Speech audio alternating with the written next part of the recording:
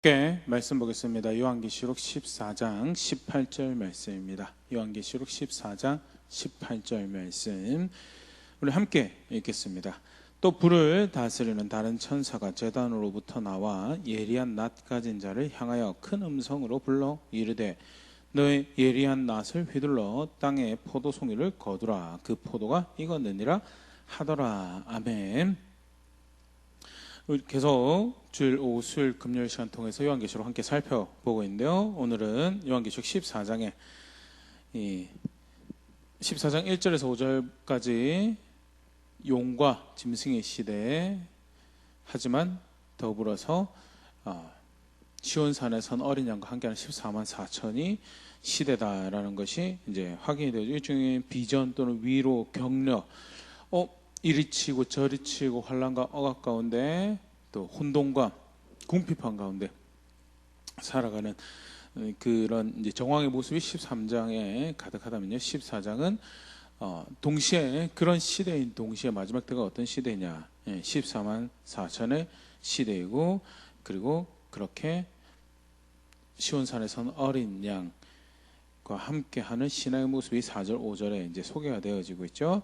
그러면서 계속해서 이제 그 시대를 이렇게 묘사하는 이제 다른 이제 모습들을 이제 계속 이제 이렇게 예수님께서 환상 중에 보여주십니다.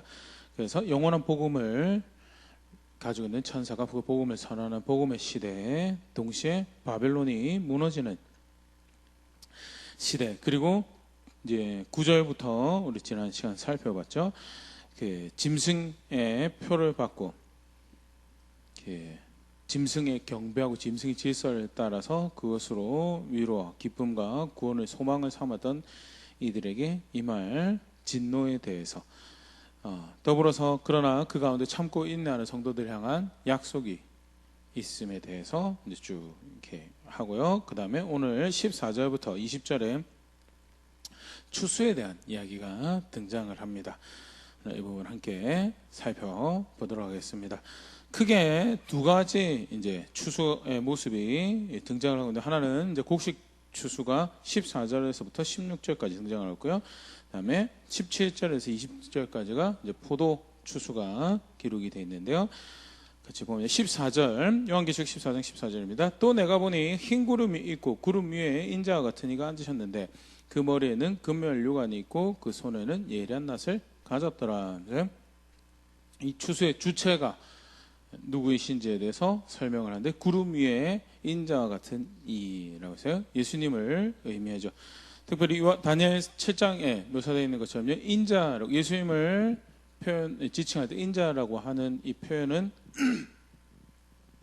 종말론적인 하나님 나라의 성취자 또는 그 하나님 나라의 이렇게 주인공으로 묘사되는 그런 표현인데, 다니엘 7장 13절 14절 내가 또 밤 환상 중에 보니 인자 같은 이가 하늘 구름을 타고 와서 옛적부터 항상 계신 이에게 나아가 그 앞으로 인도되매 그에게 권세와 영광과 나라를 주고 모든 백성과 나라들과 다른 언어를 말하는 모든 자들이 그를 섬기게 하였으니 그의 권세는 소멸되지 아니하는 영원한 권세요 그의 나라는 멸망하지 아니할 것이니라. 구름을 타고 와서 하나님께로부터 권세와 영광과 나라를 받고 나아가서 영원한 권세와 영원히 멸망하지 않을 나라를 펼쳐가실 이로 소개되어지니가 인자 같은 이고, 이게 다니엘서에 등장하는 인자 같은 이고요.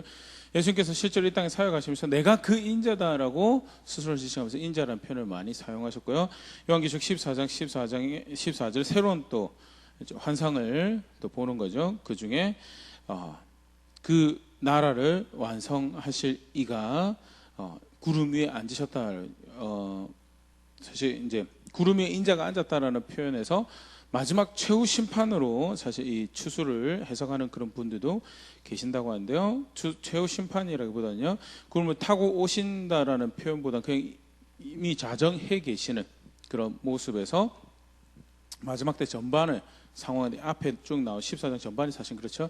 마지막 때 전반 예수님 승기하시고 난 다음에 흔히 말하는 교회의 시대라고 하는 그 마지막 때 하나님 나라 완성을 앞두고 있는 그 시기에 어떤 시기냐라는 그런 설명에서 그분이 앉으셔서 다스리고 계시는 시기고요. 그리고 그가 승리하신 예수님 승리하시지 금면류관을 쓰셨고 더불어서 손에 예리한 나사가 추수의 주체가 되신 분이 예수님이시다라는 것이 먼저 이렇게 소개가 되면서요. 그 다음에 15절 16절 또 다른 천사가 성전으로부터 나와 구름 위에 앉은 이를 향하여 큰 음성으로 외쳐 이르되 당신은 낫을 휘둘러 거두소서 땅의 공식이 다 익어 거둘 때가 이르렀음이니이다 하니 구름 위에 앉으시니가 낫을 땅에 휘두름에 땅의 곡식이 거두어지니라. 아멘.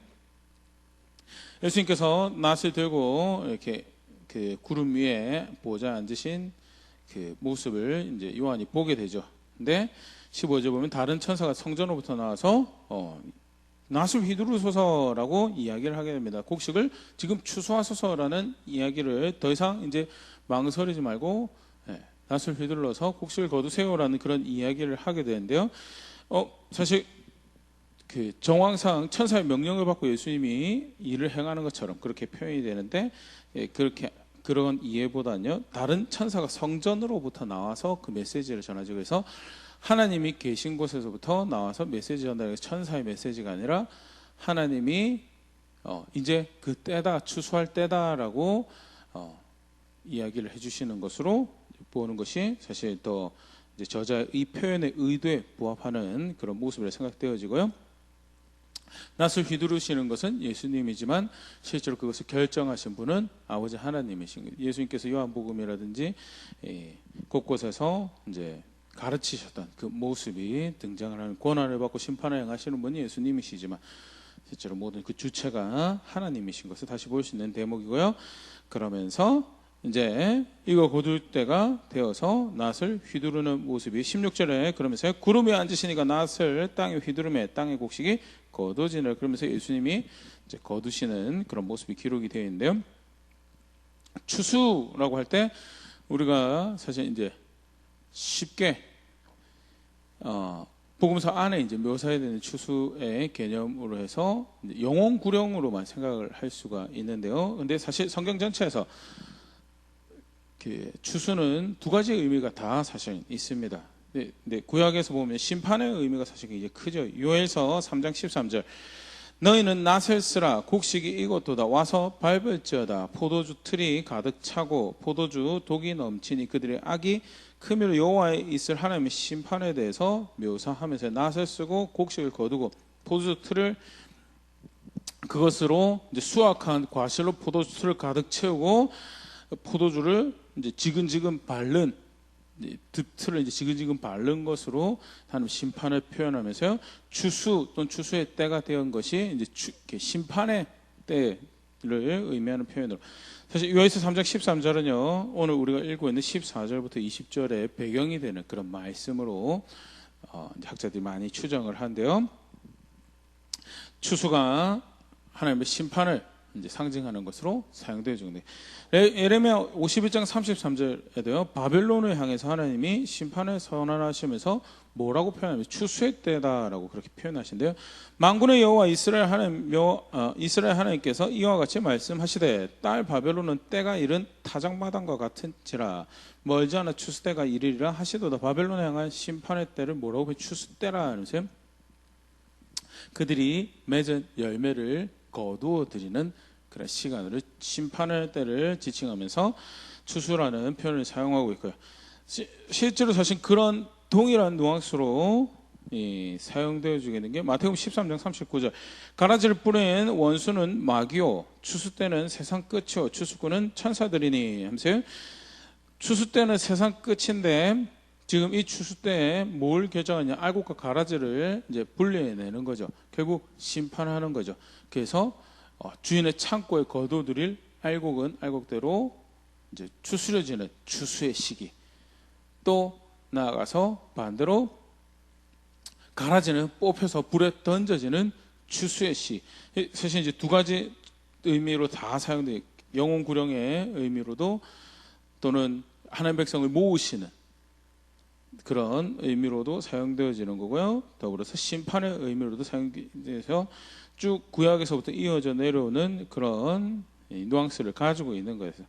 본문에 그럼 곡식 추수를 어떻게 해석할 것인가라고 할 때 아까 잠깐 처음에 이야기 드린 곡식 추수랑 그다음에 뒤에 포도 추수가 두 가지가 이제 이어져서 나오는데요.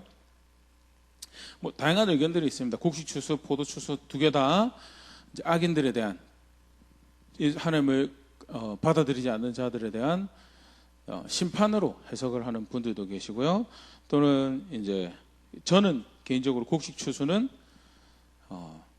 하나님 백성을 모으시는 것을 의미하는 표현으로 그렇게 이해하고, 포도 추수는 이제 그 불신앙에 대한 심판으로, 악인들에 대한 심판의 모습으로 이제 표현되어지도록 그렇게 해석하시는 분을 지지하고 따르는데요. 또 이제 포도송이 같은 경우에 구약 성경에서 이스라엘 백성으로 이제 불려지는, 이렇게 죄송합니다. 이스라엘 백성들을 부를 때 포도로 이제 비유해서 부르시는 모습들이 등장을 하는데, 그래서 여기서 포도 수확은 이스라엘에 대한 것으로 이해해야 되는 것이 아닌가 그렇게 주장하시는 분들도 있는데, 그래서 곡식은 이방인이요 포도주는 이스라엘 백성이다라고 그렇게 해석을 하시는 분도 있는데, 사실 이제 구약만 놓고 계시록을 놓으면 이제 그게 그럴 수 있을 것 같은데, 예수님 오시고 난 다음에 사실 이방인하고, 특히 하나님 백성이라고 할 때 이방인하고 이스라엘 구분이 사실은 없어지는 거에 대해서 이제 우리 그 앞에 뭐 에베소서 같은 경우도 그렇고요, 뭐 계속 이제 등장하는 그런 말씀들이 이제 그런 부분들에 대해서, 그래서 굳이 요한계시록 와서 다시 곡식은 이방인이고 포도는 이스라엘이라고 구분할 필요가 없는 그런 상황이에요. 사도 요한 같은 경우에도 그 포도나무, 포도가지 비유에서 그때 포도를 굳이 이스라엘이라고 지칭할 수 없는 정화지, 모든 예수 믿는 모든 이방인 포함, 유대인 포함 모든 하나님의 백성들을 지칭하는 표현이고요. 그래서 그런 측면에서도 굳이 포도를 요한계시록 와서 다시 이스라엘로 해석할 이유는 본문 이제 문맥상에서도 이제 충분하지 않고요. 또 신약 배경에서도 그렇지 않다고 생각을 하고요. 아까 이야기했던 것처럼 곡식 추수는 이제 교회를 모으시는, 하나님 백성을 모으시는 시대인 거죠. 이미 이제 복음서에 그런 말씀들이 있죠. 마태복음 9장 37절 38절. 이에 제자들에게 이르시되 추수할 것은 많되 일꾼이 적으니 그러므로 추수하는 주인에게 청하여 추수할 일꾼들을 보내어 주소서 하라 하시니라.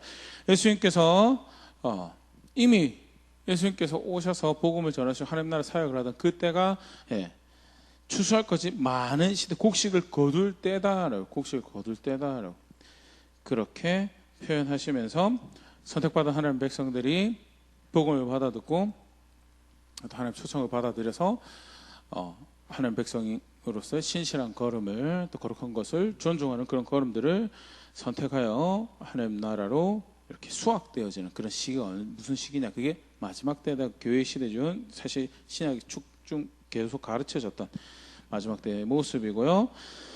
요한복음 4장 35절 36절에도요. 너희는 넉 달이 지나야 추수할 때가 이르겠다 하지 아니하느냐. 그러나 나는 너에게 이르노니 너희 눈을 들어 밭을 보라. 희어져 추수하게 되었도다. 거두는 자가 이미 싹도 받고 영생에 이르는 열매를 모으나니 이는 뿌리는 자와 거두는 자가 함께 즐거워하게 하려 함이라. 하면서요. 눈을 들어 밭이 희어져 추수하게 이미 오늘 읽은 본문처럼요. 곡식을 거둘 때다는, 예수님께서 초림 오시고 난 다음에 완성까지 그 시기가, 예수님 승계하시고 난 다음에 그 시기가 교회 시대가 뭐하는 시기냐, 들판이 휘어져서 추수해야 될 시기고요. 그런 측면에서 오늘 앞서서 지금 이제 14절에서 16절에 곡식에 대한 표현들, 다 이거 거둘 때가 되었다라는 이 표현은요,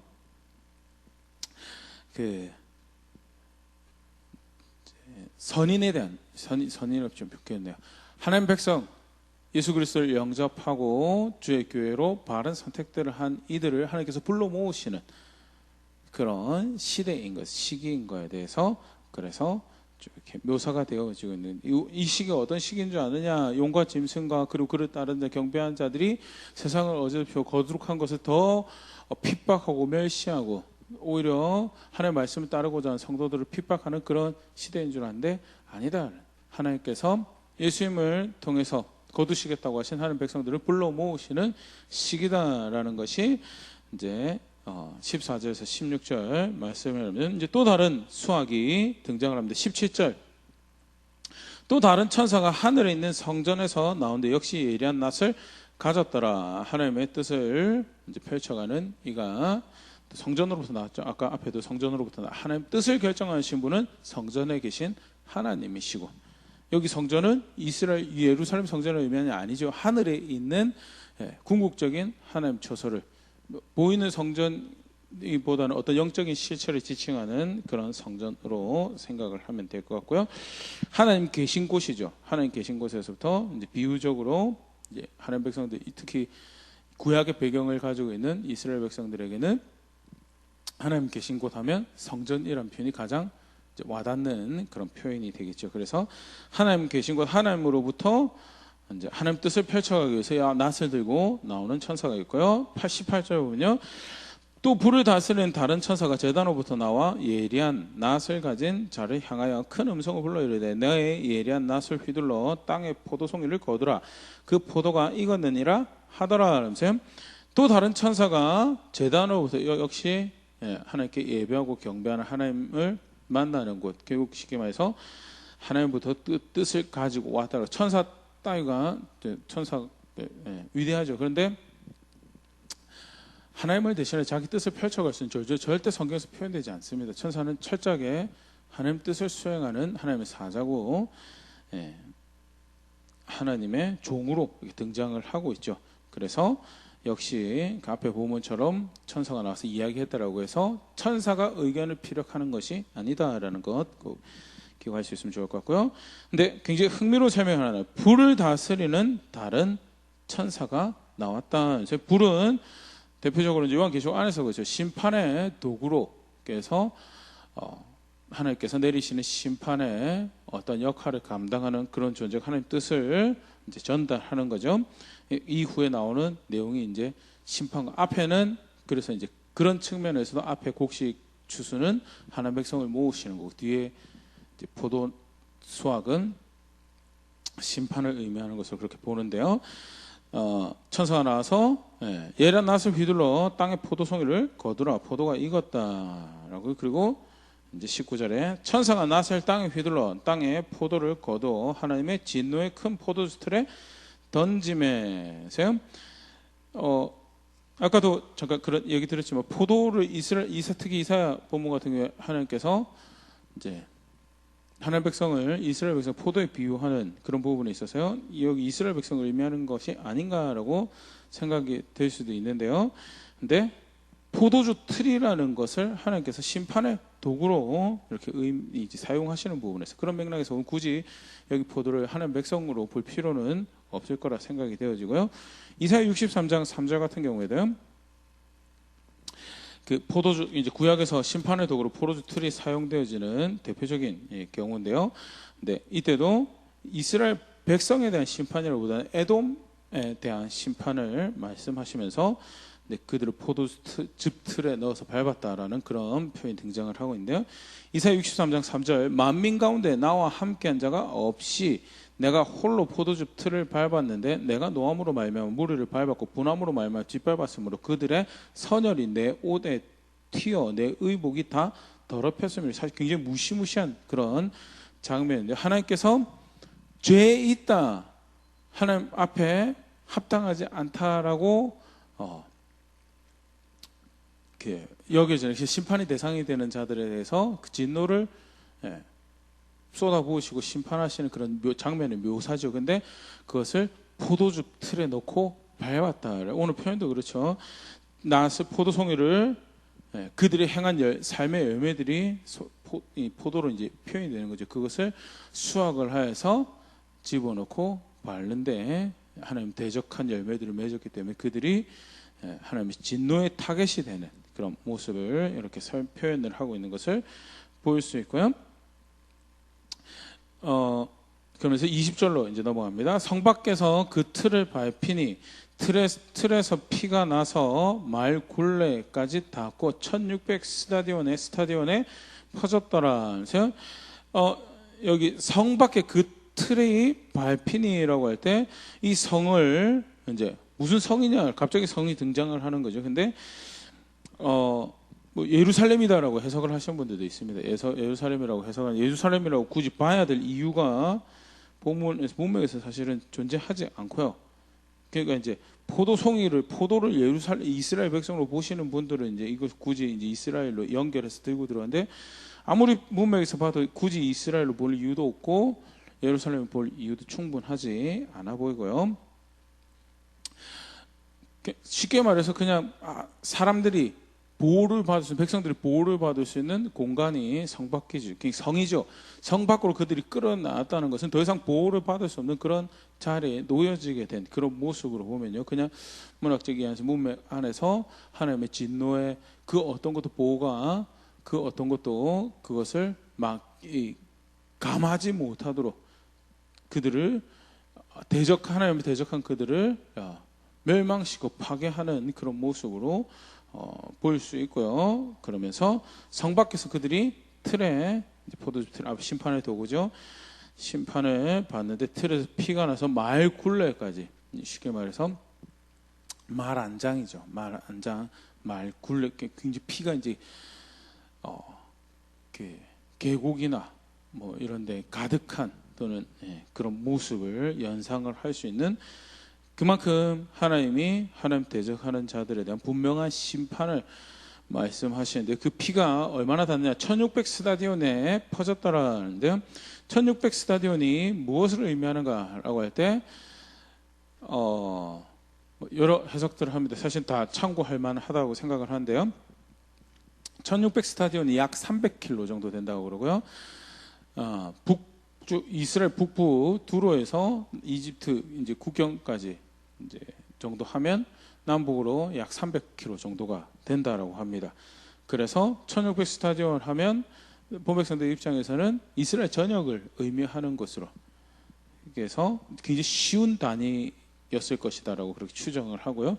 그래서 피할 곳이 없이 하나님 진노가 임하는데 온 나라에 이스라엘 나라 안에 백성들로 치면 온 나라 안에 가득한 그런 심판의 모습으로 이제 1600 스타디온을 그렇게 해석을 하는 분들이 있고요.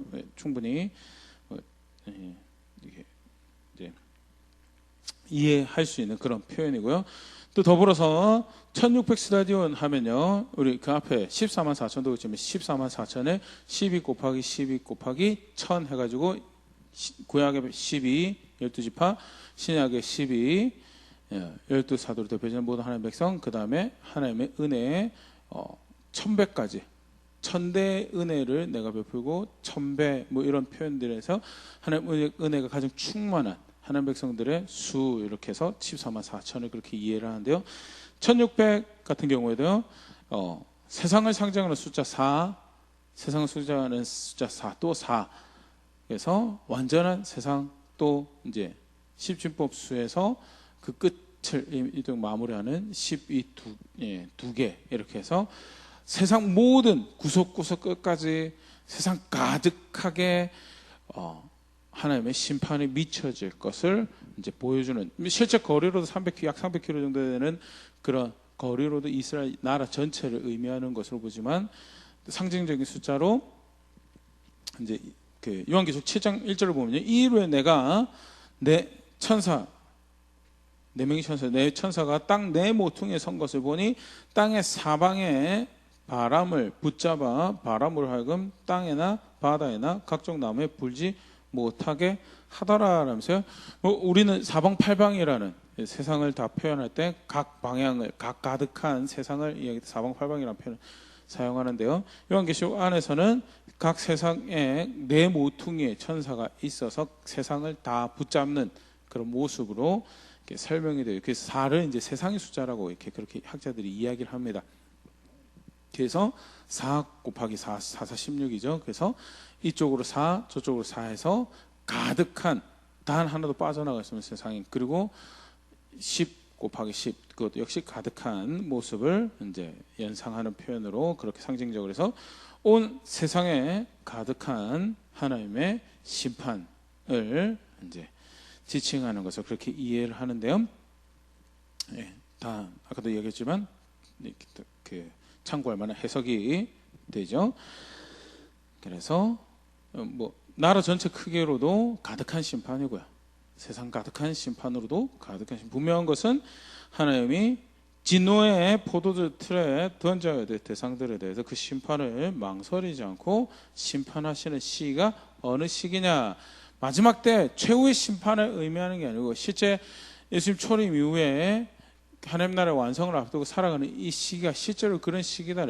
아무리 용이 자기 마지막 시간이 얼마 안 남은 것을 알고 와서 내려와서 그 분을 뿜어내고 분탕질을 해야 되고 용과 협조하는 짐승들이 서고 하는 그 과정에 있더라도 그 짐승의 질서에 따르는 자들이 신실한 하는 백성들을 박해하고 억압하고 실제 죽이기까지 하는 그런 일들이 벌어지지만 다 일어났다 저물고 다 일어났다 저물고 다 일어났다 반복하는 역사는 하나님 그냥 좌시하지 않는다는 이 시기가 어느 시기냐. 그들이 결국 마지막 심판을 향해 달려가는 시간이고 곧 이 말 수학 앞서서 하나님께서 그들의 열매들을 하나님 대적하는 것들을 그냥 좌시하지 않으시고 거두시는 그런 시기다라는 것이 이제 오늘 이 추수의 모습에서 우리가 보일 수 있죠. 그래서 하나는 하나님 백성들을 불러 모으시는 수학이시고요. 하나는 악에 대해서 하나님께서 심판하시는 시기, 불신앙에 대해서 수학하시는 시기다는 예수님께서 오시고요. 예수님의 가르치신 복음이 퍼져나가는 것을 통해서 이미 요한복음은 그렇게 가르치고 심판이 이 땅에 임했다라고. 당장 그들이 피 흘리고 죽는 건 아니지만 하나님 사랑하는 것이 그들 속에 없음을, 진리를 사랑하는 것이 그들 속에 없음을 주어진 기회를 통해 주어진 복음 앞에서 그들이 만연히 드러내더라라는 거예요. 요한복음 3장 18절에서 21절 보면 그를 믿는 자는 심판을 받지 아니하는 것이요 예수님이죠.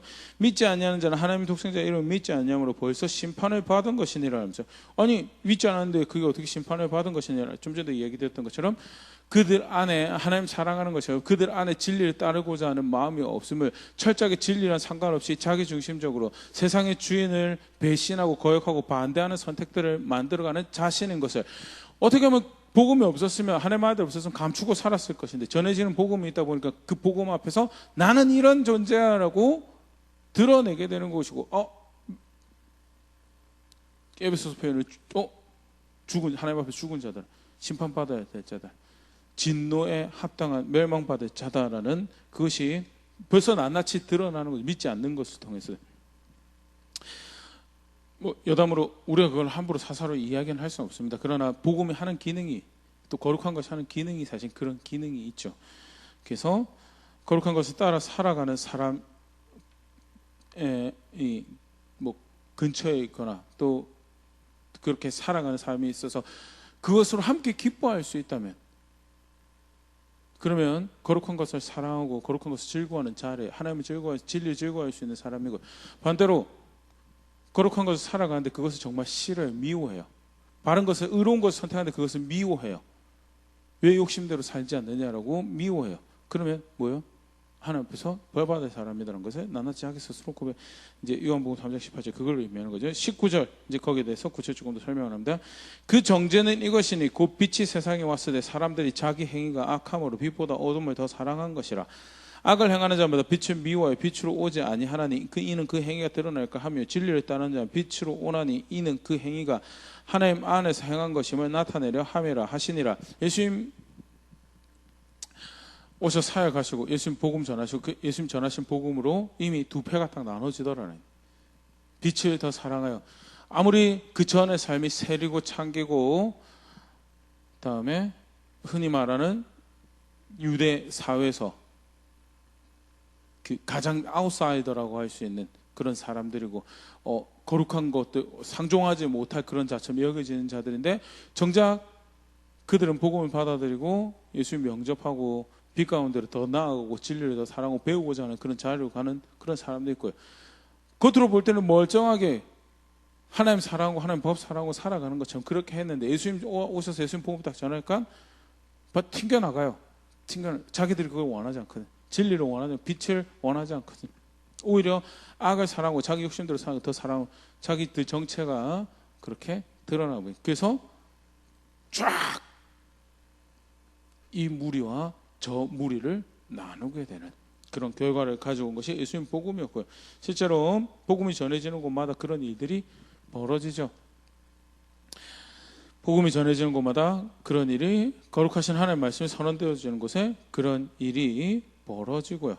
그런 모습들이 이제 1차적인 우리가 볼 수 있는 불신앙을 거두는 모습이고 더불어서 그들의 행위대로 행한 대로 갚으시는 하나님이 계시죠. 그 행한 대로 갚으시는 것이 실제로 우리는 그 하나님께서 정하실 때가 언제인지 잘 몰라. 그러나 보모한 것은 오늘 본문에서 등장하지만 하나님은 지금도 그 낫을 천사들 보면서 그 낫을 휘두르시고 거두시는 시기가 바로 이 시기다. 아무리 그들이 자기가 세상의 승리자인 것처럼 포장하고 자기들이 누리는 그 자기들이 줄 수 있는 쾌락으로 자기들이 줄 수 있는 즐거움으로 미혹하고 승리자인 그것을 못 누리는 자들을 세상의 패배자로 그래서 어쩌자고 그렇게 교회도 다니고 복음 받아들여가지고 그래 대충 믿으라고 같이 이것저것 다 하면서 교회는 다닐 수 있지 않냐라고 그렇게 회유하기도 하고 반대로 박해하기도 하고 하면서 자기들이 승리자인 것 찾으면 결국 궁극적으로 자기들이 패배자인 그리고 그것이 더욱더 극명해지는 시기가 언제냐? 지금 우리 교회가 살아가고 있는 시기. 그래서 절대 그들이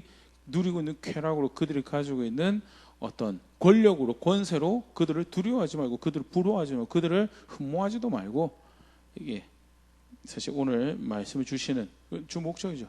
흠모할 대상이 아니다. 그들을 부러워할 대상이 아니다는 양심도 없이 저런 걸 누리다니 참 즐겁겠다 기쁘겠다.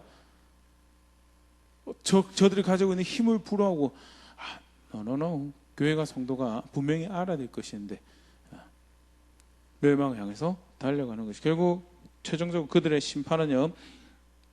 데살로니가후서 1장 8절 9절 하나님을 모르는 자들과 우리 주 예수의 복음에 복종하지 않는 자들에게 형벌을 내리시리니 이런 자들은 주의 얼굴과 그 힘의 영광을 떠나 영원한 멸망의 형벌을 받으리로다. 영원한 멸망의 형벌을 받는 그 종말로 그 결국으로 마지막 추수 심판이죠. 추수 심판으로 이제 달려가는 것이 그들에게 정해진 것이고요. 실제로 이 시기가 그런 시기다라는 것. 두 번째로 이제 먼저 봤던 곡식 추수와 관련 하나님 백성의 수확 시기다는 교회를 도전하죠. 그래서 힘들고 어려워도 또 세상 살에선 부러워 보이는 거. 저런 것도 가지고 싶고 저런 것도 누리고 싶고 왜 하나님은 나 사랑하시는데 저런 것도 못 가지게 하시는가? 왜 굳이 이렇게 거룩한 거 사랑하고 의로운 거 사랑해서 내 욕심대로 살아가는 것도 얼마나 달콤한데 그것조차도 힘들게 갈등하도록 그렇게 만드셨는가에 대해서 하나님께서 하나님 백성을 모으시는 시고 인내로 결실하는 것이 그것이 더 기쁜 것을 더 소중한 것을 선택해가는 영원한 것을 결정해가는 그런 시기인 것에 대해서 누가복음 8장 12절 19절 여러 가지 말씀 살펴볼 수 있겠지만요. 네 가지 밭 비유 같이 한번 보면요. 길가에 있다는 것은 말씀을 들은 자니 이에 마귀가 가서 그들이 믿어 구원을 얻지 못하게 하려고 말씀을 그 마음에서 빼앗는 것이요. 그 사람의 마음을 삶의 상태를 네 가지 밭으로 이제 비유해서 예수님께서 가르치셨죠. 그 중에 하나가 길가. 길가는 말씀을 받아요. 말씀이 그 땅에 떨어져 길가밭의 길가에 떨어져요. 그런데 이 유혹, 저 유혹, 이 그 미혹에 그 말씀 하나님 말씀이 그 마음에 그 삶에 도무지 뿌리를 내리지 못하는 그래서 그 하나님 말씀이 그 개인의 삶에 아무런 영향을 미치지를 굉장히 안타까운 경우죠. 절대 이렇게 되면 안 되죠. 13절 바위 위에 있다는 것은 말씀을 듣되 기쁨으로 받으나 뿌리가 없어 잠깐 믿다가 시련을 당할 때 배반하는 자요. 바위에 이제 그 사람의 상태가 바위가 있는 거예요. 마음의 상태라도 할 수도 있을 것 같고요. 하나님 말씀이 이렇게 떨어지는데 기회 은혜가 주어지는 거예요. 기회가 주어지는데 뿌리를 깊게 못 내려요. 뿌리를 깊게 못 내려가지고 돌로 표현되는 시련을 만날 때, 또 어려움을 만날 때, 어떤 상황이나 사건들을 만나게 될 때 그것이 더 이상 자라지 못하고 사그라지는, 그걸 믿었다라고 절대 하지 않습니다. 성경은요. 믿었다라고. 그 다음에 14절, 가시떨기에 떨어졌다는 것은 말씀을 들은 자이나 지내는 중 이생의 염려와 재물과 향락의 기운이 막혀 온전히 결실치 못하는 자예요. 뿌리가 내려져요. 뿌리가 내려지는데 가시떨기라는 장애가 있는 거예요. 그게 외부적 시련도 되겠지만요, 14절에 가시떨기는요, 내적인 거, 이생의 염려, 자기가 이 세상에 살아가는 세상살이를 어떻게 살아가는 것이 성공적인 삶을 살아갈 것인가에 대한 세상적 계산이죠. 그로 인한 염려와 재물과 향락 가운데 충분히 하나님 사랑하는 하나님 말씀에 관심을 두고 생각을 두고 그것에 어떻게 하면 그것을 따라 살아보고 그것에 자기 힘을 쏟는 것이 그 힘이 부족하여 너무 세상 사랑 쫓아가는 그것과 맞물려 결국 하나님 말씀 거기서 자리를 잡지 못하고 삶의 열매로 만들어지지 못하고 결국 그래서 사그러지는 것. 그게 가시떨기예요. 15절, 좋은 땅에 있다는 것은 착하고 좋은 마음으로 말씀을 듣고 지켜 인내로 결실하는 자는, 하나님의 말씀을 받았을 때, 복음을 받았을 때 그것으로 받고 뿌리가 내리고 돌이 있어도 가시떨기가 있어도 따라 살아야 될 것을 듣고 지켜 인내로 결실하는 것이, 그게 예수 믿는 거고 그게 제자고요. 그것이 더욱더 하나님이 그런 하나님 백성들을 불러 모으시는 시기이고요.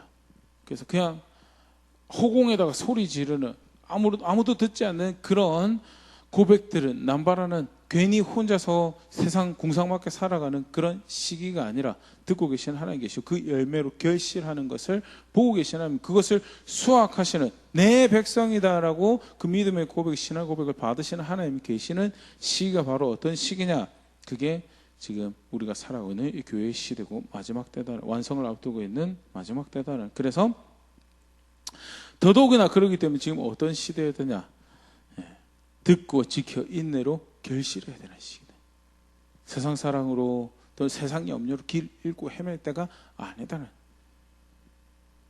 부러워하지 말아야 될 거 부러워하면서 정말 그것을 사랑하는데 상황이 우리 가족 전부 교회 다니고 그래서 정말 그걸 사모하고 사랑하는데 괜히 눈치가, 집안에 눈치 보여가지고 그거 못 살아가는, 그거면 정말 비극이죠. 상황이 안 돼서 세상 사람 못 쫓아가는 게 아니라 의지를 들여서 마음을 들여서 정말 사랑해야 될 거 사랑하고 성취해내야 될 거 결실해내야 될 거 결실을 내면서 하나님 백성으로 살아가야 될 시기인 거예요. 이 시기가 하나님께서 하나님 백성을 수확하시는 시기다라는 겁니다. 더불어서 먼저 복음을 받은 자로서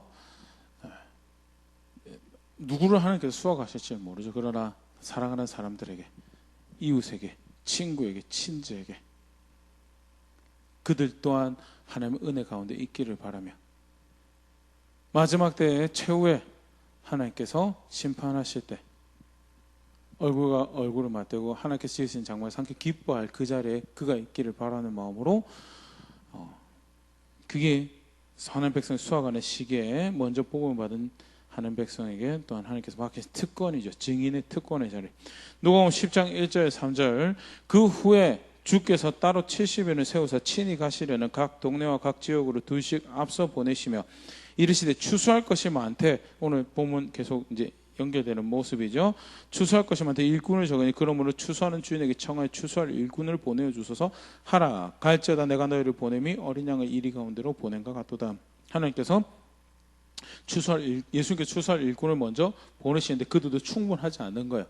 그래서 추수할 주인이 지금 무르익어서 복음이 던져질 때 분명히 하나님 백성은 그것을 듣고 받고 그 앞에서 그것을 품고 지켜서 인내를 결실하는 자들이 있을 터인데 하나님께서 그 일을 먼저 복음을 받아든 하나님 형상을 통해서 그 일을 행하시려고 하고요.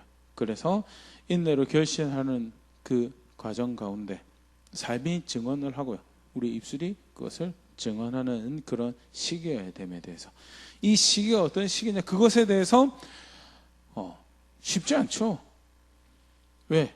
아무리 하나님께서 수확하는 시기다라고 하지만 동시에 요한계시록을 지금 이 편지를 받아든 교회가 살아가고 있던 시대는 로마가 승리자고 로마의 질서를 따른 자들이 승리자고 그 쾌락에 동참하는 자들이 진정한 세상의 삶 사는 맛을 아는 그런 시대로 점철되어지는 그런 상황인데, 거룩한 거 의로운 거 쫓아간다고 하면서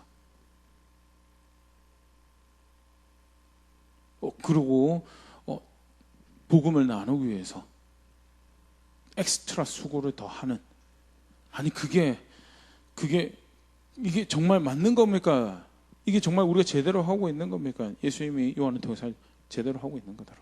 이 시기가 어떤 시기? 하나님께서 그 일을 하고 계시는 시기고, 하나님 백성님, 그 하나님을 섬긴다고 하는, 그 하나님을 사랑한다고 하는, 그 하나님께서 나도 함께 하기 원한다라고 하는 하나님 백성이라면 먼저 자신이 그 말씀을 인내로 지켜, 듣고 지켜 인내로 결실한 자리에 이르는 그 자리에 있어야 될 것이고, 실제로 그 말씀을 따라가는 삶이 그 주변에 빛으로 나오는 자들을, 거룩한 것을 사모하는 자들, 진리를 기뻐하는 자들에게 긍정적인 영향을 미치며 나아가서 그들에게 복음을 전하는 것을 통해 삶으로 도전하고 또 입술에 전파로 또 하나님 앞에서 특권을 받은 증인으로 서는 것이 절대 덧없는 수고를 하는 것이 아니고 하나님께서 행하신 그 일을 하나님의 때에 함께 하고 있는 것이다라는 것이 오늘